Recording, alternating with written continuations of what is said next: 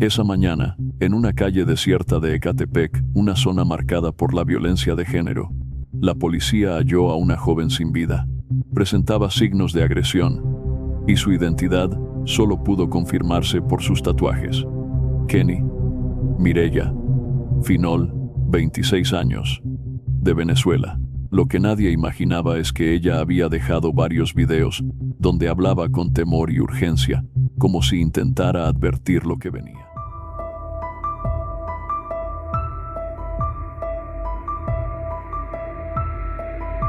1 de Mayo es un barrio de Maracaibo, en el estado Zulia, al noroeste de Venezuela.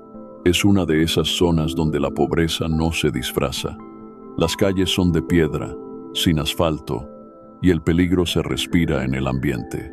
Allí, muchas veces, solo entran los que viven, porque de otra forma es arriesgarse.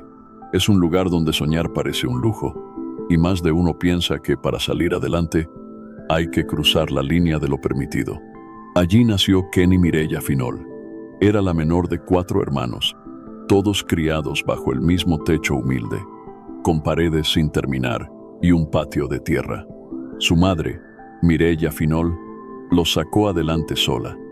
Desde pequeña llamaba la atención por su belleza, ojos claros y una piel tan blanca que, cuando el calor le subía a las mejillas, se le ponían de un rojo encendido.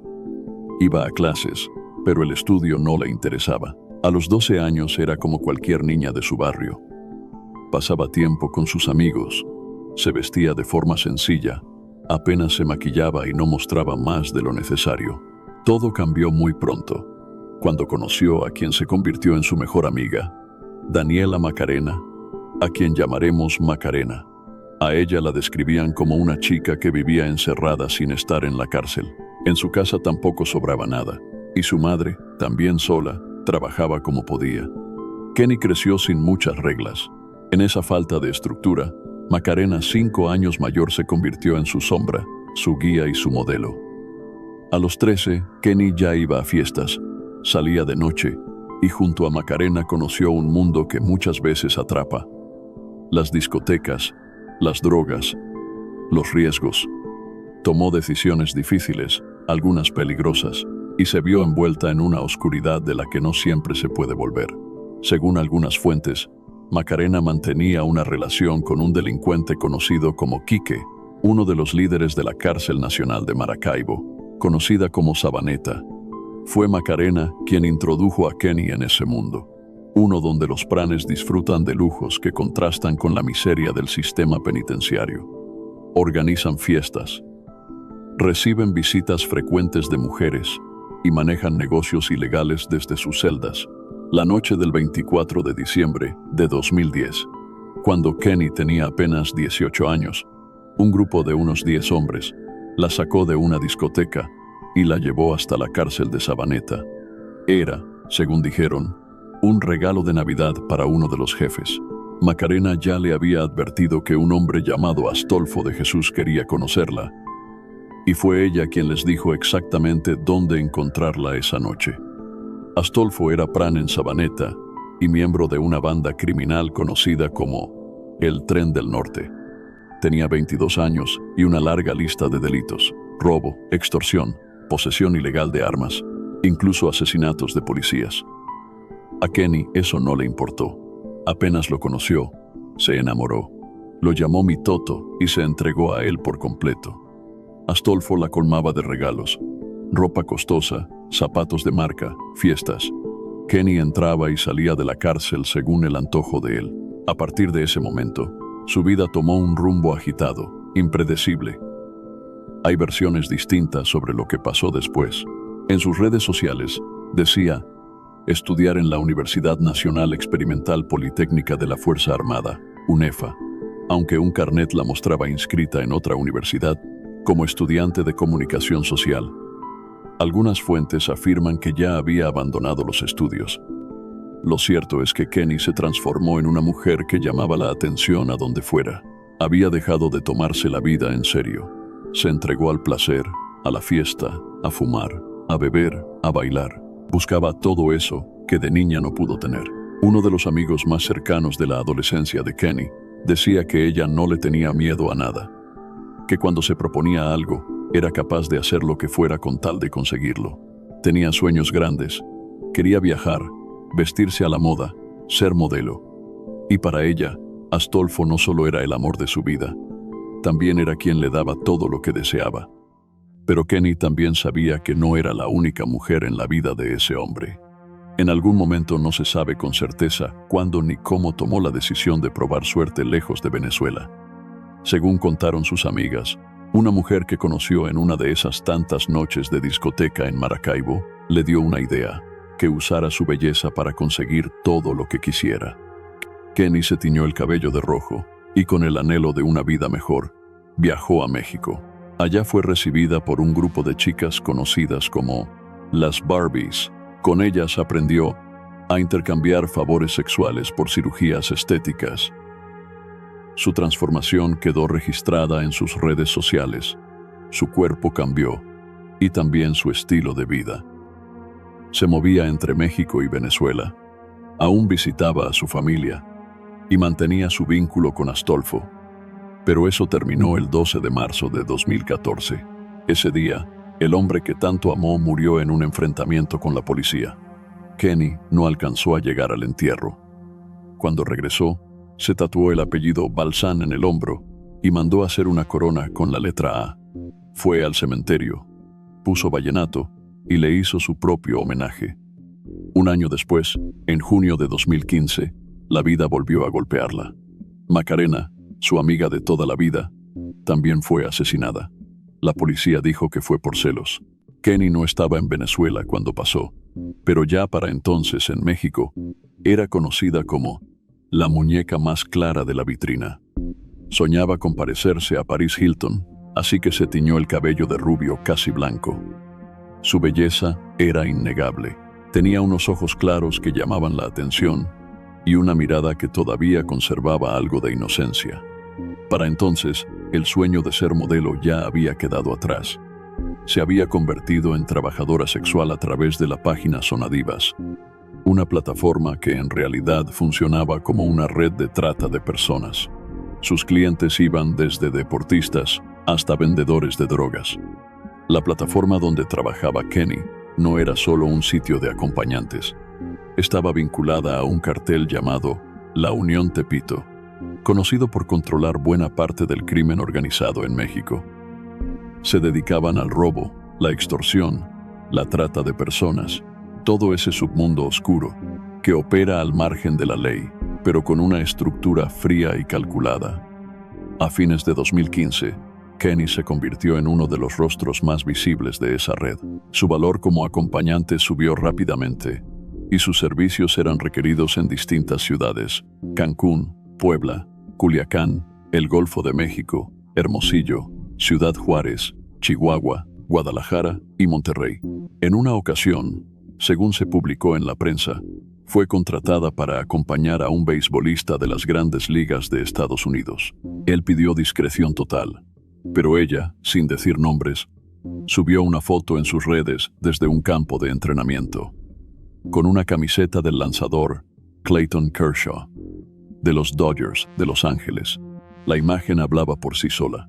Vivía en un departamento con una vista impresionante de la Ciudad de México, rodeada de lujos. Pero ese entorno nunca la hizo olvidar a su familia. Pensaba mucho en su madre. Le enviaba dinero con frecuencia. Soñaba con sacarla del barrio, donde creció, y regalarle una casa digna. Le encantaba que Mireya, su mamá, le celebrara los cumpleaños con todo el cariño. Mireya siempre decía que Kenny era una buena hija, pero quienes la conocían de cerca contaban que también sufría, y mucho, por la vida que llevaba. Su conexión con Venezuela seguía siendo fuerte, no solo por su familia. Astolfo no había sido el único hombre que marcó su vida allá. En 2016, se supo que había quedado embarazada de su último novio venezolano, Mauricio Gudiño, pero perdió al bebé. En su honor, se tatuó las letras M y J, acompañadas de unas alas de ángel y una aureola. Por esa época, Kenny continuaba activa en redes sociales. Mostraba un estilo de vida exuberante, a veces incluso provocador, fotografiándose con drogas y posando de forma explícita. pero también compartía frases, oraciones e imágenes religiosas. En 2017, Kenny conoció a Brian Mauricio González a través de la misma plataforma en la que trabajaba. Él había nacido el 7 de julio de 1992 en Ciudad de México. Moreno, de complexión media, llevaba tatuado en el pecho el nombre de su madre, pero detrás de su imagen común se escondía una vida marcada por la violencia y el crimen. Vivía en Tepito, un barrio popular conocido tanto por su historia de lucha como por su transformación en terreno fértil para el contrabando, la piratería y el narcotráfico a pequeña escala. Brian no era un desconocido en ese mundo. Era sobrino de dos de los criminales más temidos de la Ciudad de México. Por un lado, Santiago Miranda Hernández, apodado El Carrete, líder del grupo delictivo Los Rojos, sentenciado a 20 años de prisión. Por el otro, José Manuel González, conocido como El Pozoles, miembro de la Unión Tepito, quien murió a manos de dos sicarios en moto. Brian heredó de este último no solo los vínculos, sino también el apodo, El Pozoles. Así es como se le empezó a conocer. Para entonces, ya se le identificaba como el tercer hombre en la jerarquía de la Unión Tepito, solo por debajo de El Betito y El Pistache. La Procuraduría de la Ciudad de México tenía al menos 3 investigaciones abiertas contra él, todas por agresiones relacionadas con celos. En abril de 2013, Berenice, su expareja y madre de su hija, fue amenazada con un arma cuando quiso iniciar un proceso legal para quedarse con la custodia de la niña. Más tarde, en diciembre de ese mismo año, el nuevo compañero de Berenice fue golpeado e intimidado con una pistola a la salida de su trabajo. En julio de 2015, Hugo, un vecino, recibió varios disparos luego de que el Pozoles lo acusara de haberse insinuado a su pareja. Le exigió que abandonara el lugar. Cuando se negó, lo atacó. Brian, el Pozoles, era considerado uno de los miembros más peligrosos de la organización. Manejaba la trata de mujeres, supervisaba extorsiones y era señalado como responsable de asesinatos por encargo. Cuando Kenny conoció a El Pozoles, comenzó una relación intensa, pero profundamente tormentosa. Otra vez se había involucrado con un hombre vinculado al mundo criminal, y aunque al principio todo parecía un romance lleno de atenciones, salían juntos, se les veía en restaurantes y sitios de ocio, donde él solía ir con sus cómplices. La oscuridad no tardó en salir a la luz. Se decía que vivían juntos, que él la presentó a su familia, y que incluso la madre y uno de los hermanos de Kenny sabían de la relación. Pero desde el inicio, todo estuvo teñido de celos, control y amenazas. Nada de lo que Kenny hiciera bastaba para calmar las inseguridades de El Pozoles. Y eso que se conocieron por una página donde ella ofrecía sus servicios. Aún así, él le exigió que abandonara esa vida. Con el tiempo, los celos se convirtieron en violencia. Primero palabras, luego golpes. En julio de 2017, Kenny publicó en sus redes una imagen con una herida en el brazo. Quienes la conocían afirmaban que él le había cortado el cabello para que no saliera. Pero ella, como tantas mujeres que intentan mantener algo de control en medio del abuso, se puso extensiones y siguió adelante como pudo.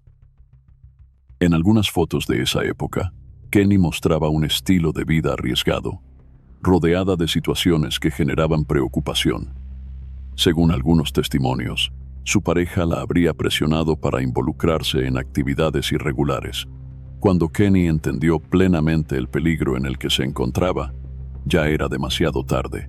Vivía con temor constante. En septiembre de 2017, intentó poner fin a la relación, pero él no se lo permitió. La controlaba, restringía sus contactos y le exigía que abandonara el país.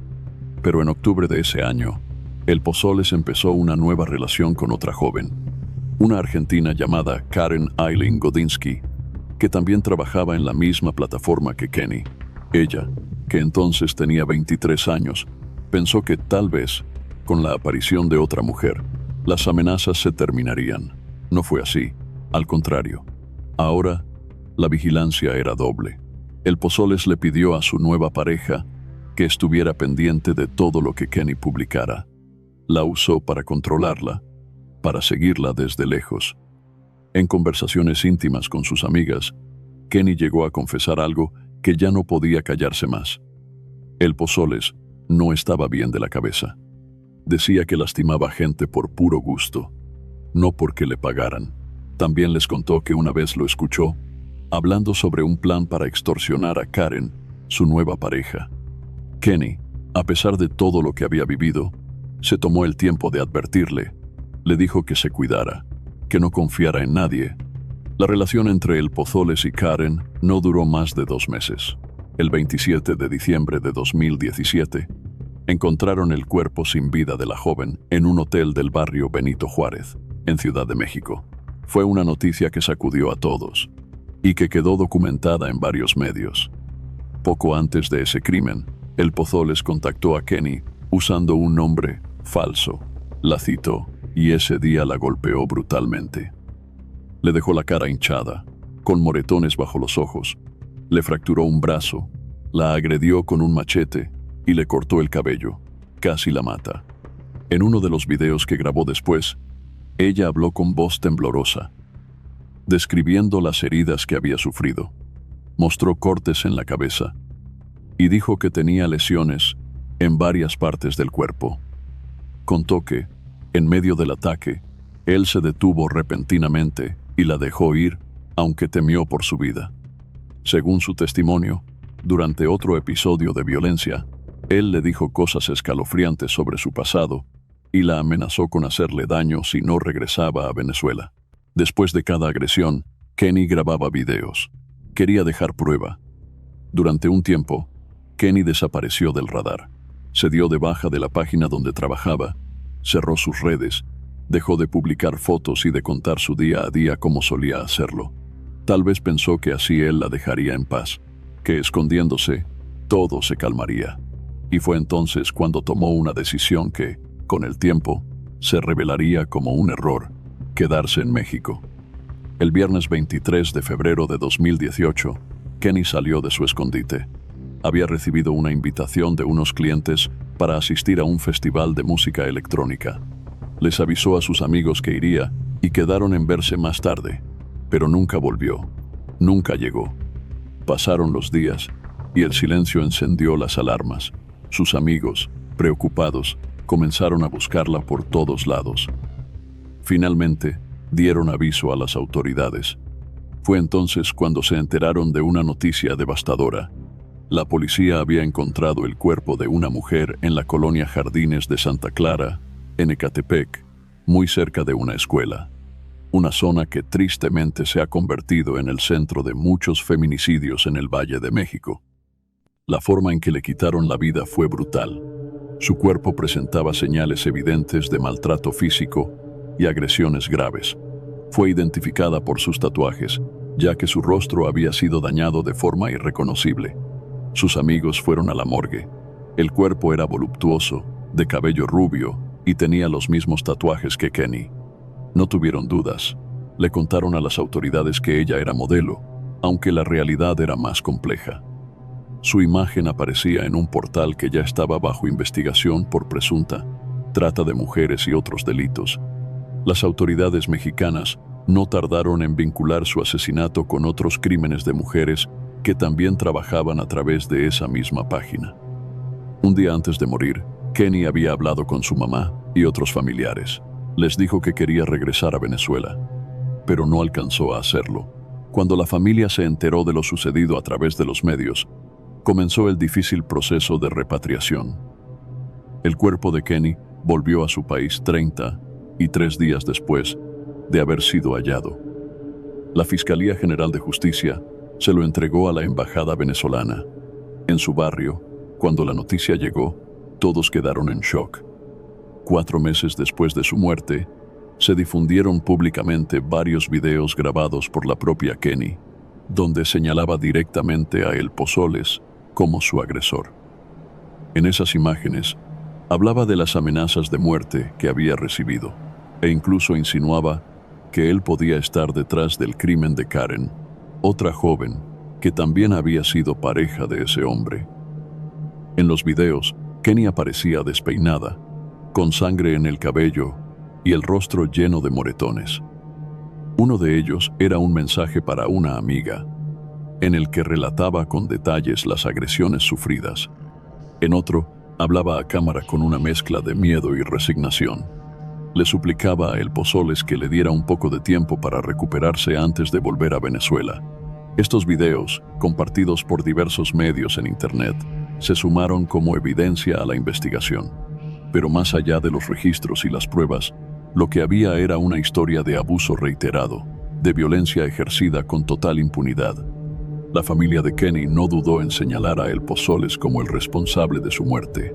Declararon a la prensa que la relación entre ambos había sido profundamente violenta y que las autoridades, tanto locales como federales, sabían perfectamente dónde vivía ese hombre.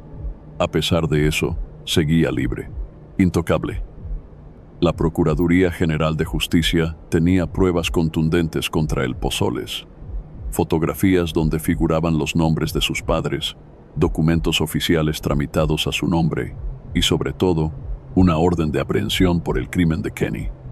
Sin embargo, el hombre no solo seguía libre, también recibía cada mes 3,000 pesos, unos $175 por parte de la Secretaría de Economía de la Ciudad de México.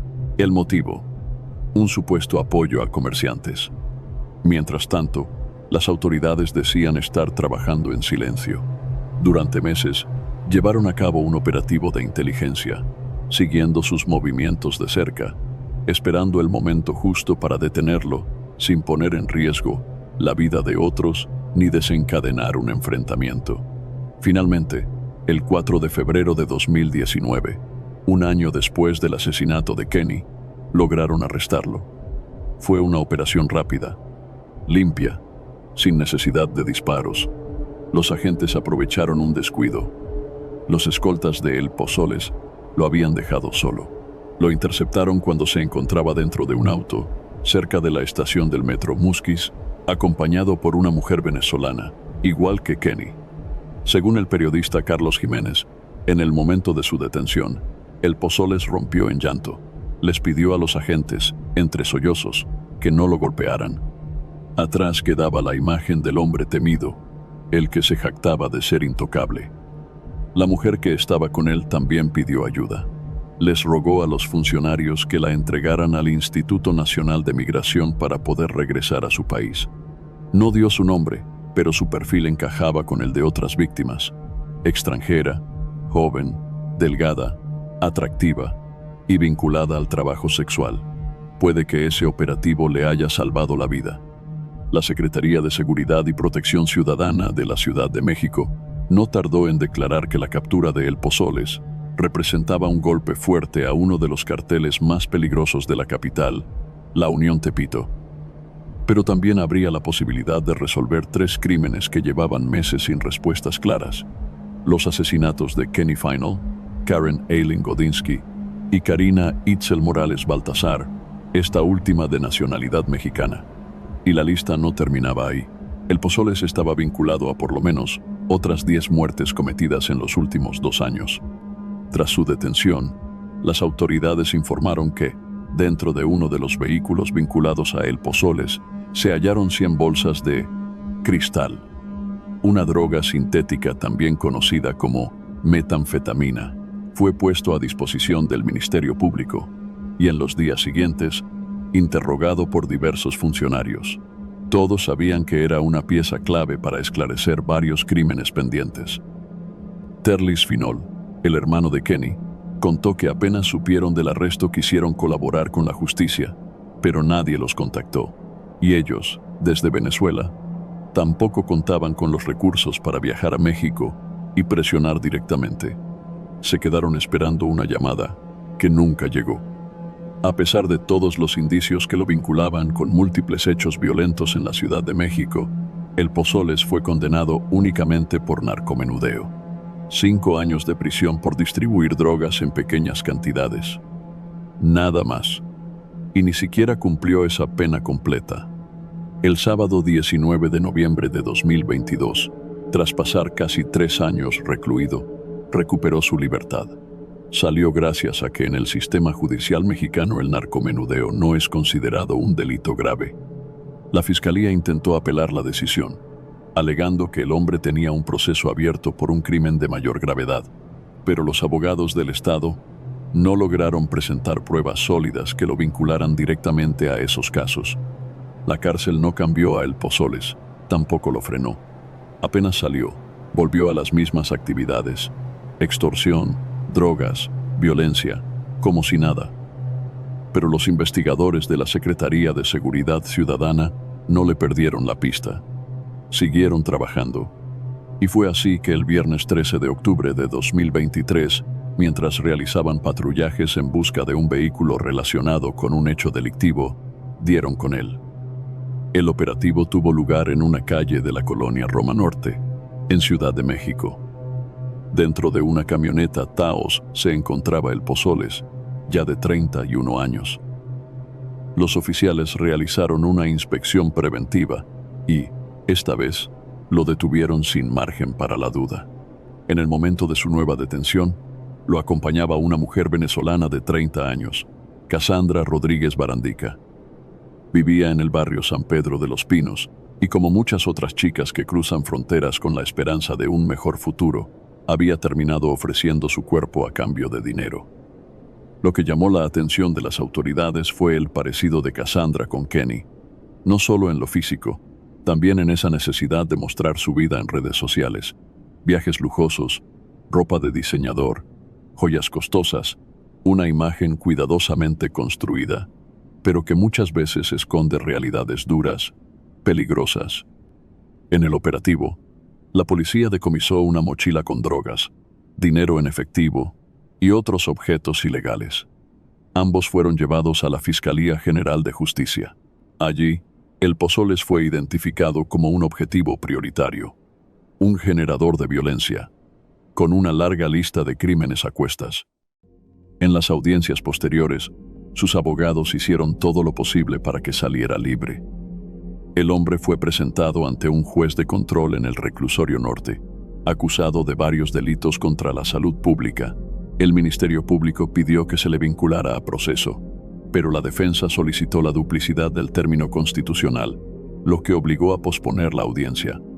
Finalmente, el 20 de octubre, pasadas las 11 de la noche, un juez de la Ciudad de México dictó prisión preventiva contra Brian Mauricio Miranda González, alias El Pozoles. Los cargos no eran menores: delitos contra la salud, posesión de armas, secuestro, extorsión, homicidio y feminicidio. El juez ordenó que permaneciera detenido mientras se resolvía si sería procesado formalmente. ¿Crees que este tipo de historias se repiten en silencio en muchos países?